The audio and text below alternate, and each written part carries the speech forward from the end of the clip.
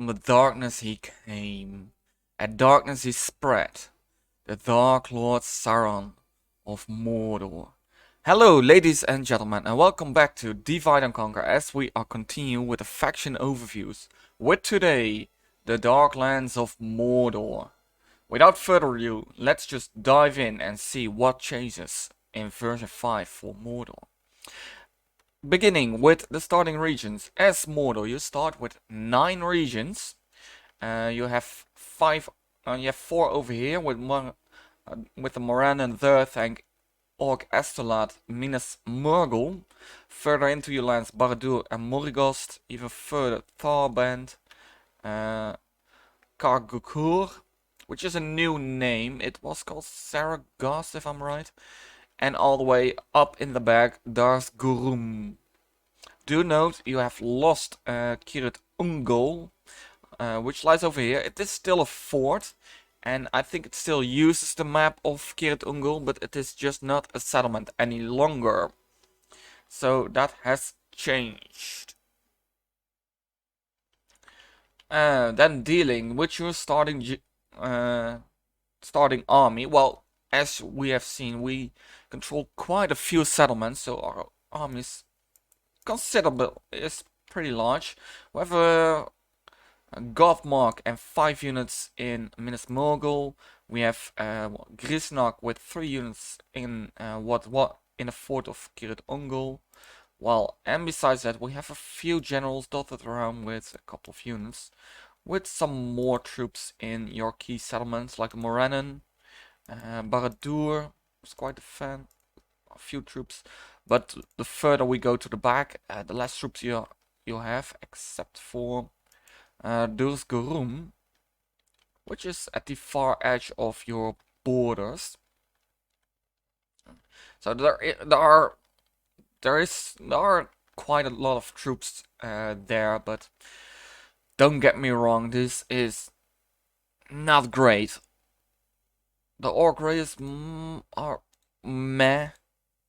The orc band's not much, and the majority of your armies contains these units. The Morannon Guard is alright, I guess, but the rest is it's nothing to write home about, let's put it that way. Alright, then dealing with your bodyguards and unique ones. You have quite a few unique bodyguards, starting with Gothmark, who comes with Minas Morgul's Chosen, yes.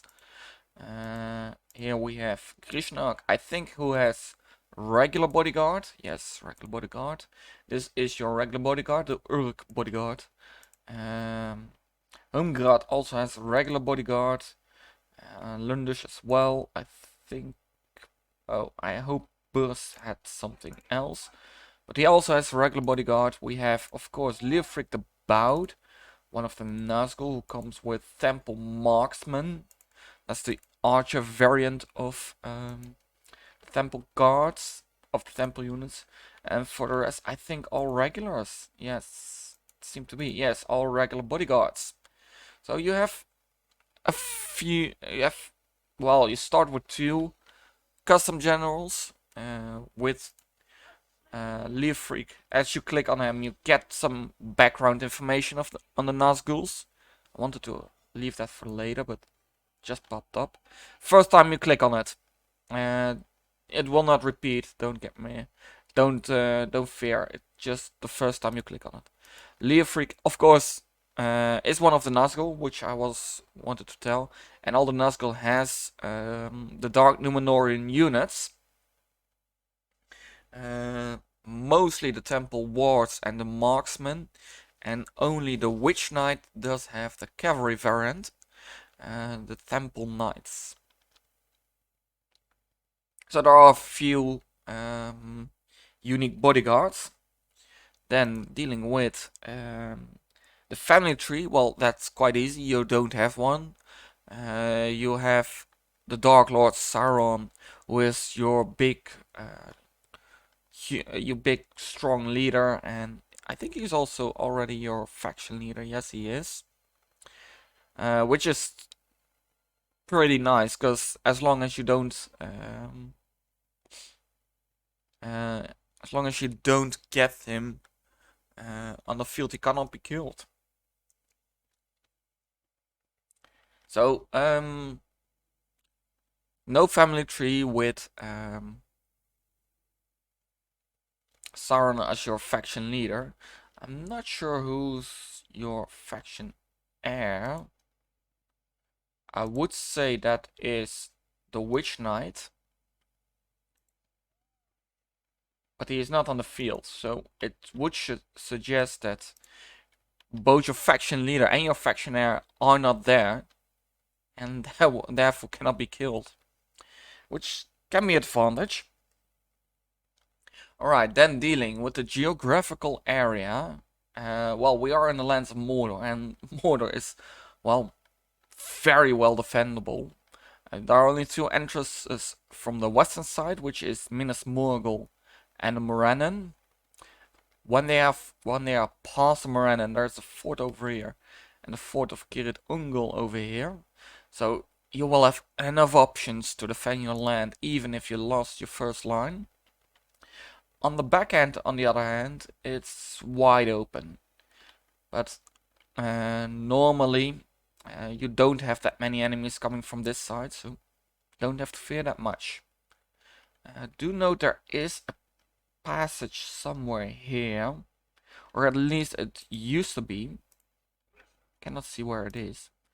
I think it's somewhere here on this side, where you can also enter Mordor, and which normally is not used by anyone, because Rhun is bordering your northern side, and there's nobody will get there anyway. So basically very defendable. If we take a quick look at the green books, there is a combination between mountainous regions and barren lands. So keep that in mind if you have for recruitment, but I don't think it will matter much, since these are your ancestral homelands. So recruitment won't be the problem, but keep that in mind. Also, if you play other factions, always take a look at the green books, because they will help you immensely. Alright, then dealing with expansion.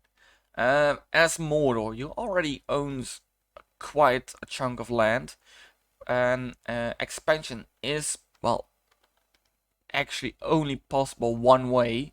That's towards the west, when we quickly meet Gondor in the Forest of the Ithilien, which is eastern of Gilead. But you could try to go to down here, which is Carnan Imlad, if I'm right, just here on the border. No, Houdanur is here.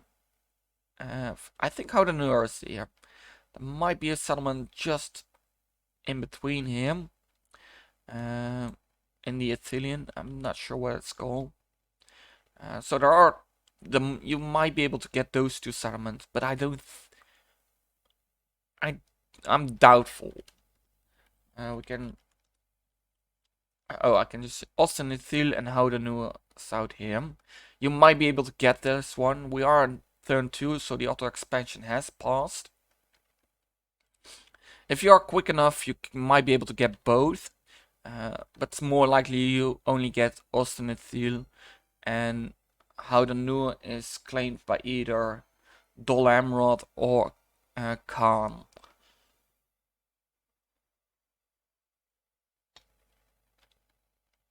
But there is a possibility there for you.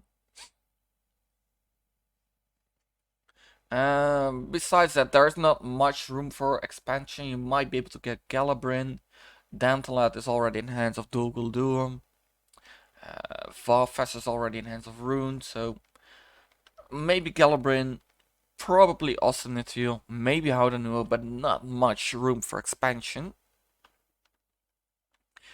Before you come in contact with Gondor, which is your chief enemy, we will deal with them in just a moment. Because first we have custom battle maps, and well, there are more than enough here. We have Kirit Ungol's custom, Minas Morgul's custom, the Morannon is custom, Durthang is custom, Barad-dûr is custom, we have both Osgiliath is custom, Car-Andros is custom, Minas Tirith is custom. Further down south, I think Pelagria is not custom, but Gobel Toflas is custom, Dol Amrod is custom, yes. Atheland is an elven settlement, so it's not really custom, it's a regular high elven settlement. But it's kind of custom, because it's not in an elven region, so I would say almost custom. Adoras is custom. The fort over here is also custom, I think. It uses the map of Dunharrow. And if you go further up north, you have Hornburg, Isengard, so you most likely have quite a few custom battle maps to fight on. Right, then going to diplomacy. As Mordor, you are allied to, well, basically all the evil factions, which is Harad, Khand, Rhun, Dol Guldur, and Angmar. Do note there is here the Dark Lord of Mordor, but that's just a settlement up in the north where Sauron actually resides. With your this is a character of your dome, but the town is not yours. So you are allied to Sauron, to the Dark Lord of Mordor, but it's not really a thing or something. And you start at war with Gondor, and it's well, basically its greatest fiefdom is vassal, gifted name, Dol Amrod. Do note you're not start at war with Rohan or anyone else. It's just Gondor and just Dol Amrod.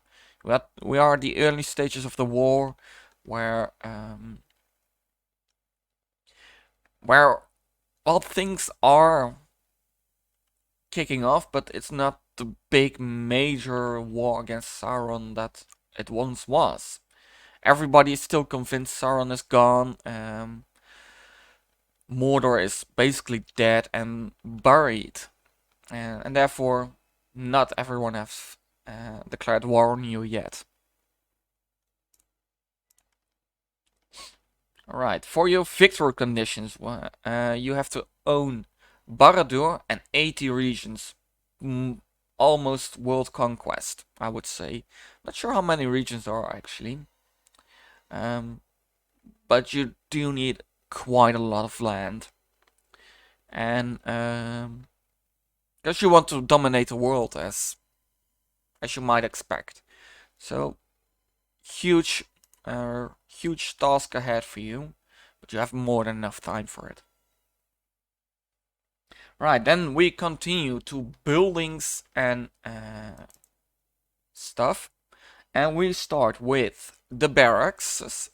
You have a regular barracks line with barracks ranged options. Do note you don't have stables, you don't own any cavalry, not even walks.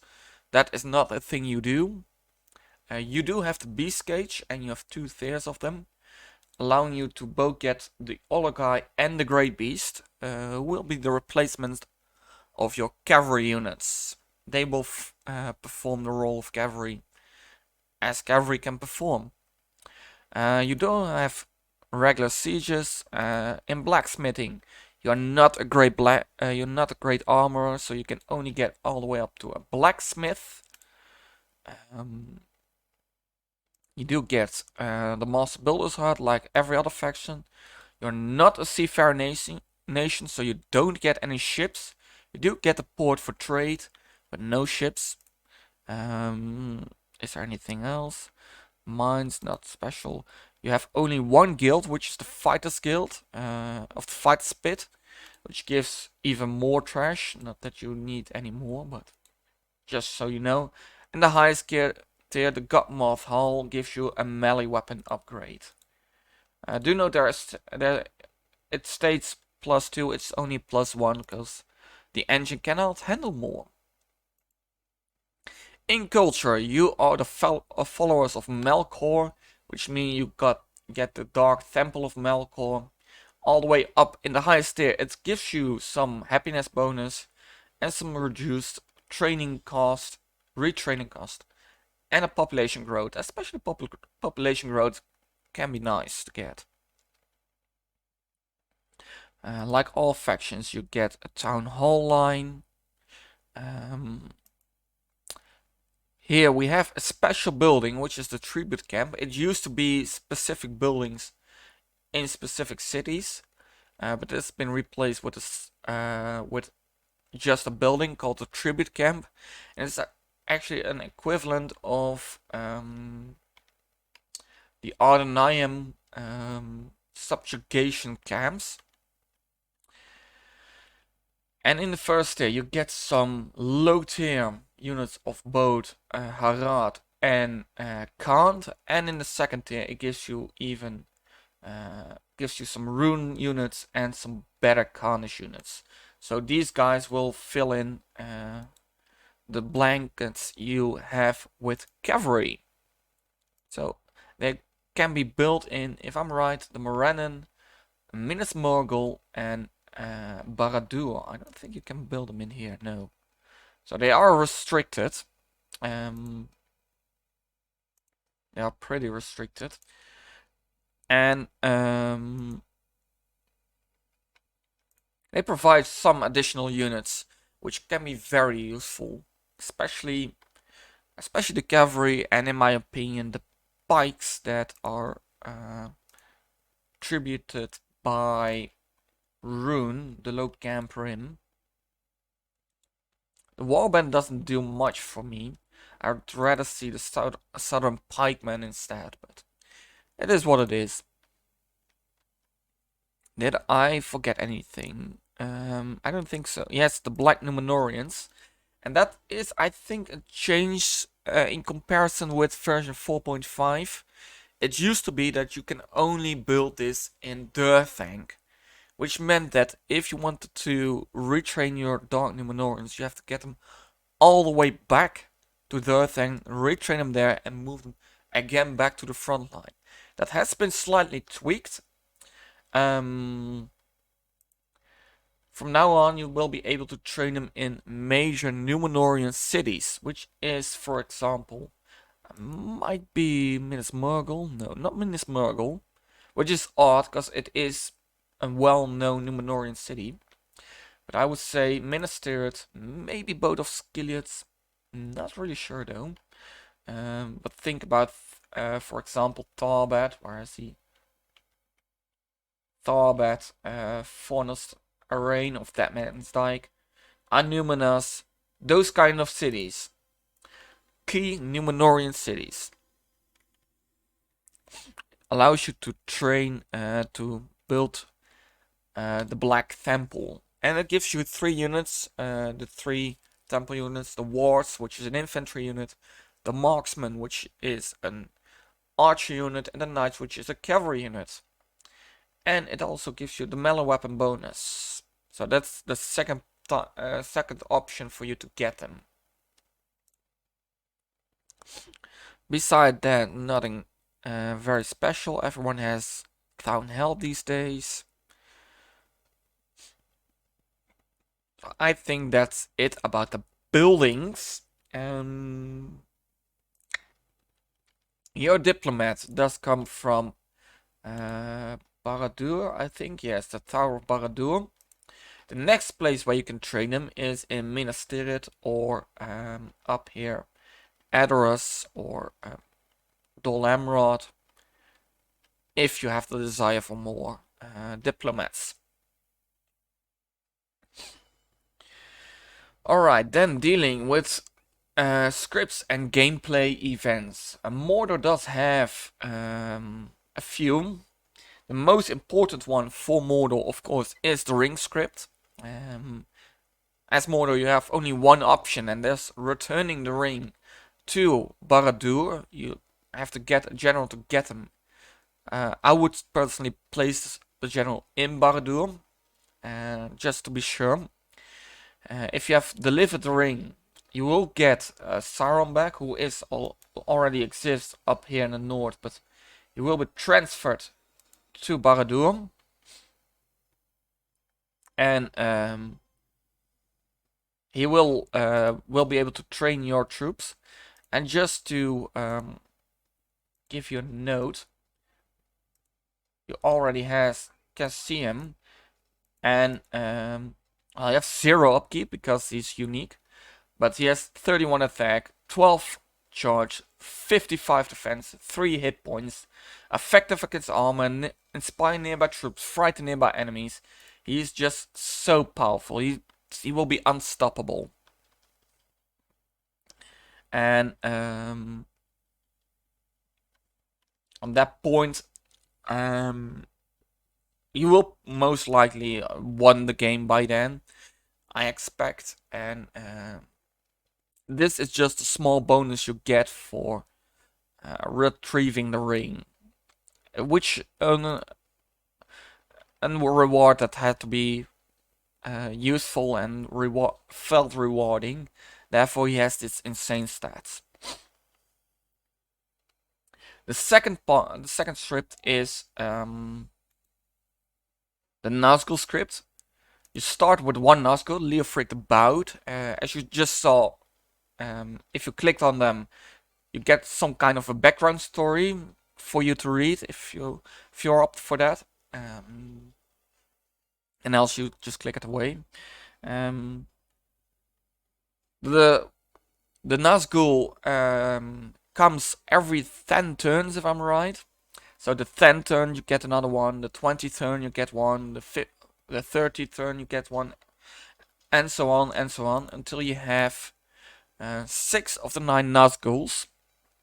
Do note there are 3 up here in Dol Guldur, so to acquire them you have to actually defeat Dol Guldur, because as long as Dol Guldur is alive, they will not return, and they will return to Dol Guldur instead of you. Only after Dol Guldur is taken, you get their Nazguls. Did I forget anything else? The subjugation system. I already talked about that with the buildings, so it's not necessarily any more anything else I need to say. I don't think so. I think we are quite done on this part. So I will close this and we'll see you in a moment in the battle map side. Hello, ladies and gentlemen, welcome to the battle map side of Mordor. And in a quick overview, you see we have enough options on the infantry side. We have decent options on the archery side. We have only one regular option in the cavalry side, and we have a few monsters, but I've put them later in the tier because that is where they belong in my opinion. So, starting with our first unit, and I think we start with this one. The Orc Band, with a 1 attack, a 3 charge, and a 4 defense. Well, they are better than Snaga, but I think everything is said with that. They have poor morale response, is slightly slower than other units. You are Orcs, you are the Orcish faction, so Orcs are normally a little bit slower than other units. They have spears, so they have a bonus against all mounts, which is something, I would say. Just terrible, and just fodder, actually. Right, something which is a little bit better, but not much, are the Orc Raiders, with a 2 attack, a 3 charge, a 4 defense. It's better, but it's better in the offensive, but not much. They have poor morale. They have impetuous morale response though, so they will deal with morale shocks pretty well, but it's already very abysmal. So don't get very high hopes. And they have a bonus against elephants and beasts. Not sure which other beasts you will counter, because I think you're the only one with beasts. Maybe Harad if they turn on you, but not very likely. So I'm not sure when you will have faced the beasts. That's alright. They are also supported with an archer unit, the Orc Scouts, with a 2 melee attack, a 2 missile attack, and a 3 defense. Yeah, again, it's better than Snaga, but that said, not much will. They won't cause many units fear. They have poor morale, impetuous morale spawns, 16 missiles, 140-meter range, and a very low accuracy, so they won't. But there are 228 of them, so they might hit something by accident, I guess. Right, this is your truly fodder there. And then we go to some decent units. And we start with the most defensive one of them. The Morannon Guard. With a 3 attack, a 3 charge and 9 defense. You see this is already way better than what you had in the Orc Band. Double the defense, triple the attack. Average morale, impetuous morale spawns, bonus against mounts. But I do think these guys, oh, they used to be restricted to, I think, Mordor only. But they have, the restriction has been removed. So that's nice to see. They are just a better version of the Orc Band. They are supported with a more offensive variant. The Orc Host with a 4 attack, 3 charge, 8 defense. Again, a direct upgrade of the Orc Raiders with double the attack, double the defense, average morale, impetuous morale spawns.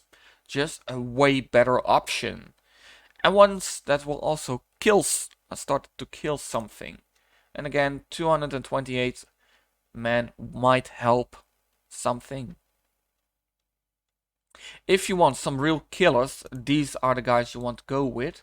The Orc Maulers. With a 5 attack, which is armor piercing, a 5 charge, and a 5 defense. It's clear where their strength lies. They charge from the flanks, kill the enemy, withdraw and repeat. The average morale, impetuous morale spawns, no, not restricted.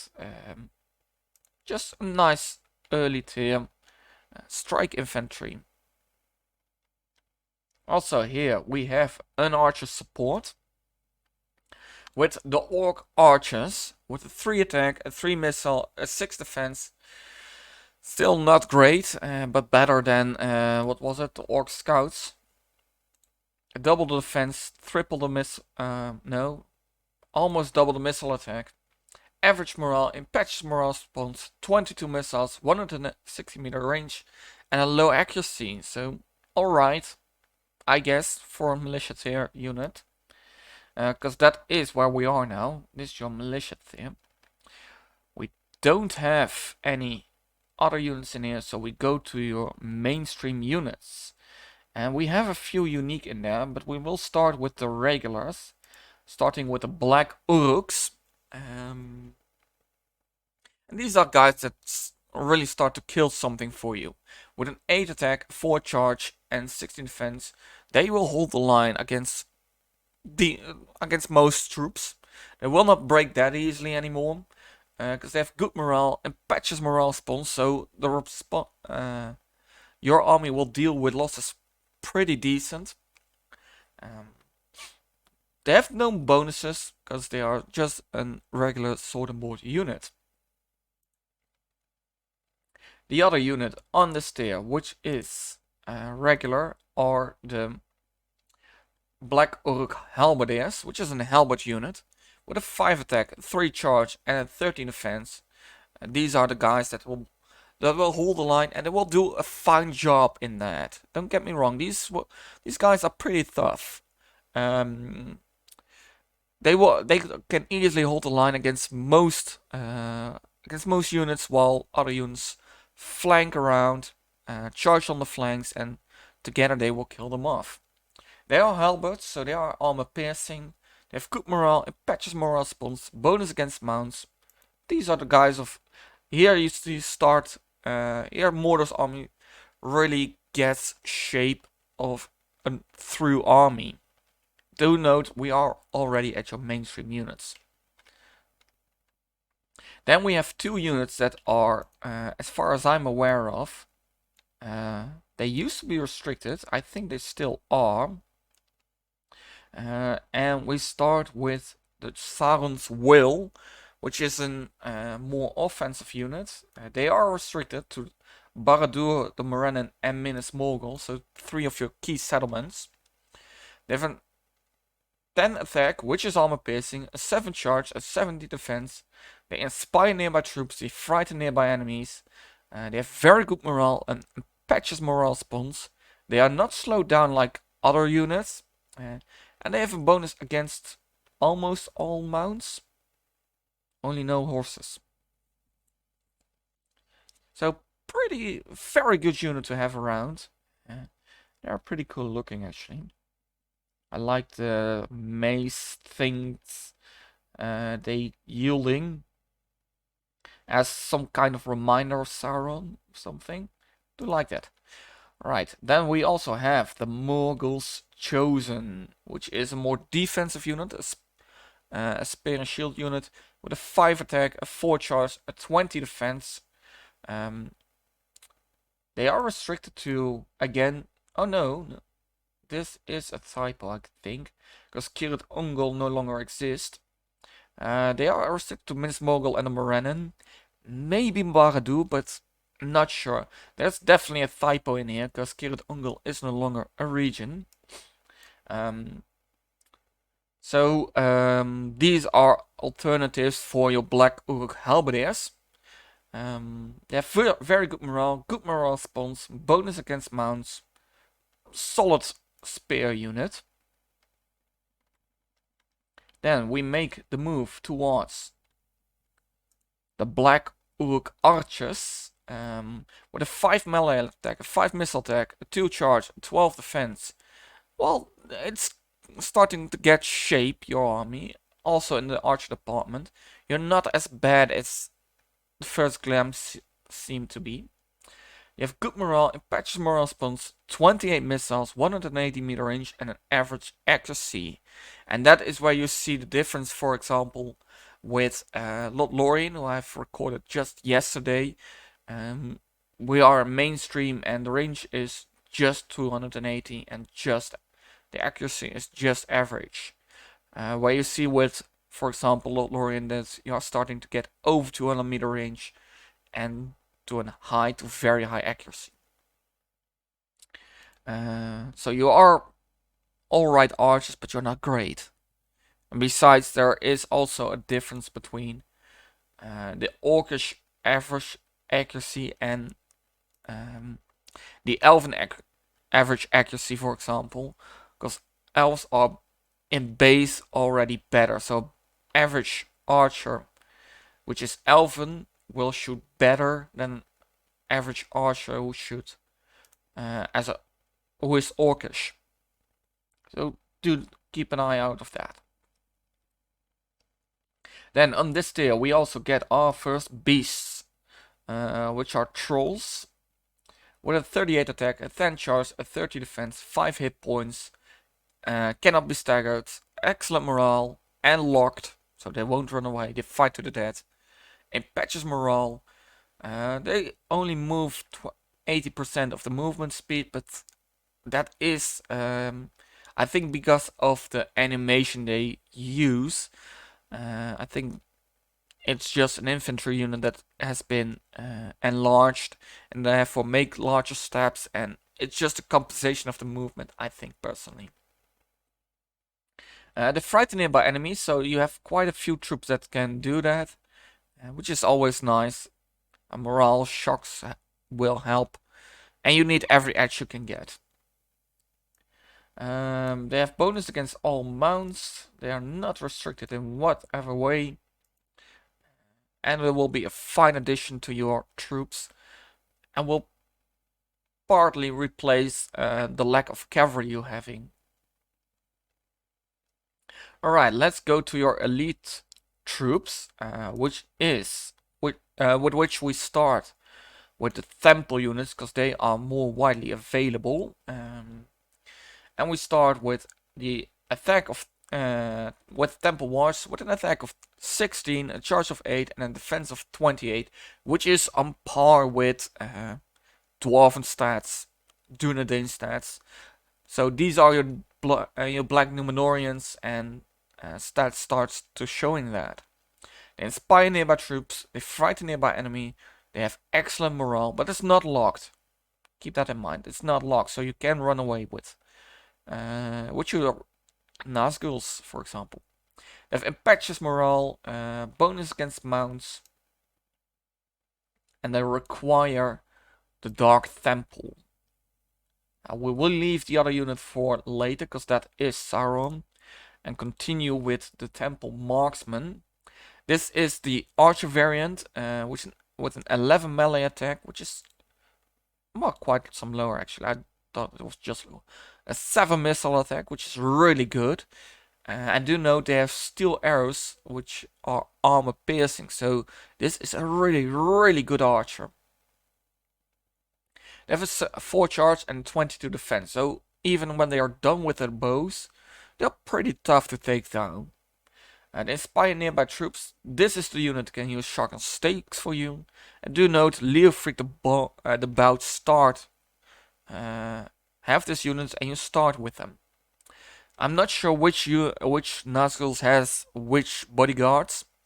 I only know that the Witch Knight has the Temple Knights, and I think there are 4 using Temple Marksmen and the other 4 using the Temple Wards. But I'm not 100% sure. Beware with the abilities. They have sharpened stakes. They have effective against armor with their bows. They have excellent morale, good morale response, no movement penalties, and a bonus against wargs. Oh, and most important, 24 missiles, 180 meter range, which is somewhat on the low side in my opinion, but a high accuracy, so they will hit what they are aiming for.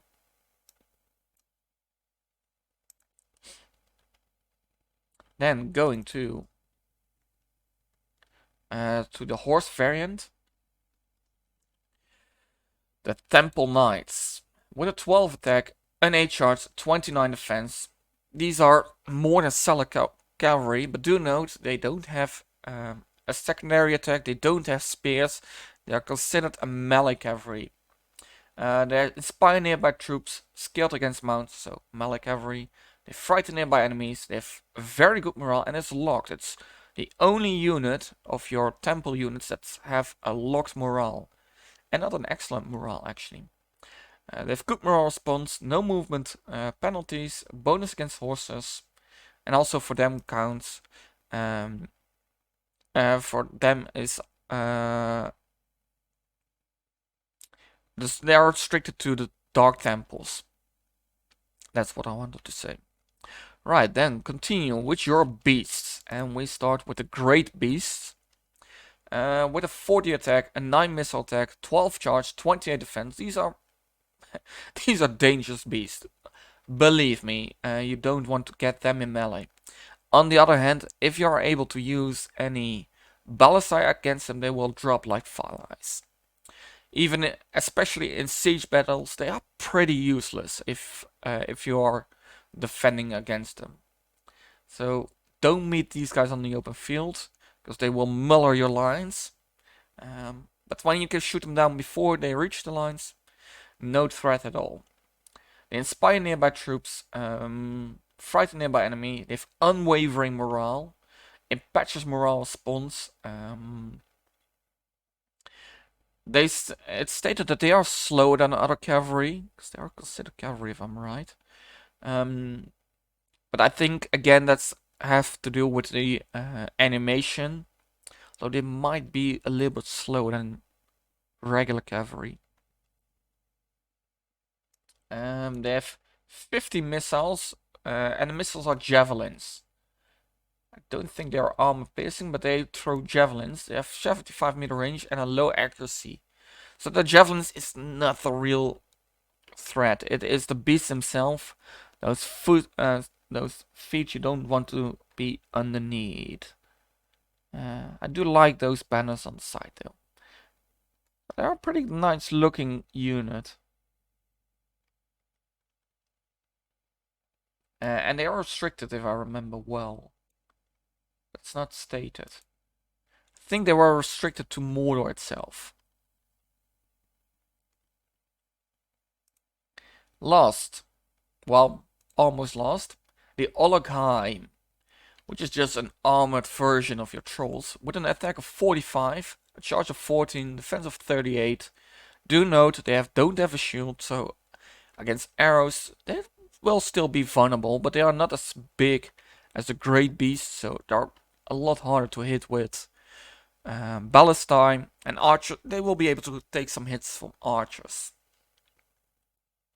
They frighten nearby enemies. They cannot be staggered, so they won't be stuck when they are when they got hit. They have excellent morale, impetuous morale spawns, and a bonus against mounts. I think these guys were not restricted. Just see me making the mistake that these are restricted and these are not. But I thought, if I remember well, the Great Beasts were restricted to Mordor itself, and the Ologai were not. Alright, the last of your units, well, pre-ultimate unit, I would say, is Sauron. With a 30 attack, 12 charge, 55 defense, 3 hit points, inspire nearby troops, effective against armor, frighten nearby units, frighten nearby enemies. You need to get the ring to get him. And I think if Sauron dies, you lose the unit. You lose him, but I'm not convinced. I haven't done that much with Sauron. I haven't met him much either, so I'm not sure how he works actually. Right, we do have the last unit over here. It's the Uruk Bodyguard with an 8 attack, a 5 charge, and 18 defense, effective against armor, which is a nice addition. The armor piercing part is very useful. Good morale, impetuous morale spawns. Do note they are not locked, so your generals can and will run away. Just a unit with some nice touch. We do have Sauron, but I have an enemy that's a real matchup, and as you see, defeat is almost certain, and that's because of one unit the enemy has, and you might be able to see them right away. So they are on the right part of the screen. It's a huge giveaway. We have a lot of different colors, and there are not much factions left, to be sure. There's some blue, which is not even an of the faction. But these guys over here in the middle screen are the huge giveaway. Next time we will face the Northern Dunedain with the immensely powerful Oathbreakers. Let's just take a look at the stats. 45 attack, 10 charge, 175 defense, 10 hit points, effective against armor, cannot be staggered, unwavering morale. I want to use Sauron against them.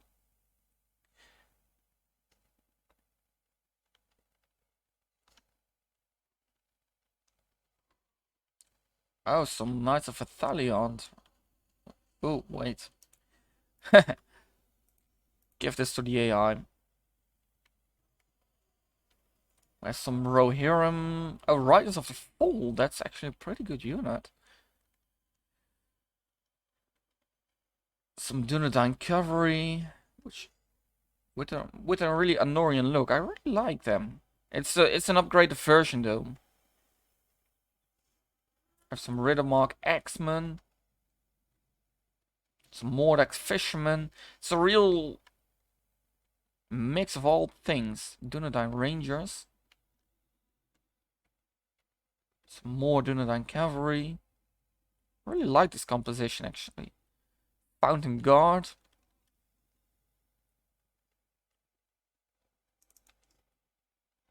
Alright, we have touched. Let's see how our Sauron is doing against the Oathbreakers. Well, not that not that great, I have to say. Oh damn, we are being slaughtered. Damn god, they are good. It's probably the only unit that can face Sauron without any trouble. But as you see, our units don't have... They have impetuous morale. For example, these guys have impetuous morale, but the morale on the baseline is pretty shit. Only 3 men of Sauron left. And we killed 0 of the Oathbreakers. The Dalian Billman. Damn, this is all reserves of them, man. Don't get me wrong. Our army is almost mullered.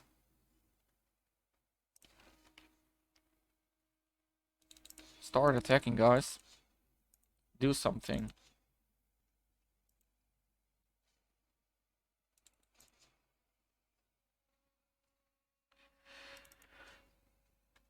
Oh, the Knights of Thaland has died. I think these were the Knights of Thaland.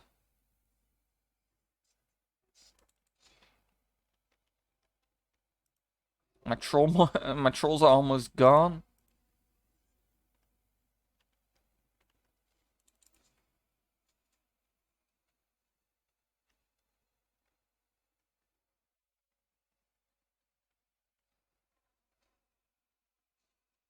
Torn Guard, completely upgraded with a golden armor.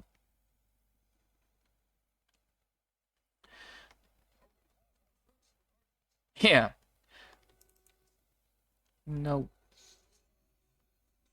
No shit, Sherlock. We're dying by the flies. Alright, that's it for today's. Don't need to remind you that whatever we will do, most likely we will lose this battle. There goes one of our... Oh damn. Yeah, that's what I forgot. Great beasts can run amok like the elephants could in the base game. So you want to be careful with them. Pretty huge thing. Oh, we killed 25 Oathbreakers. That's nice. Not sure how, but...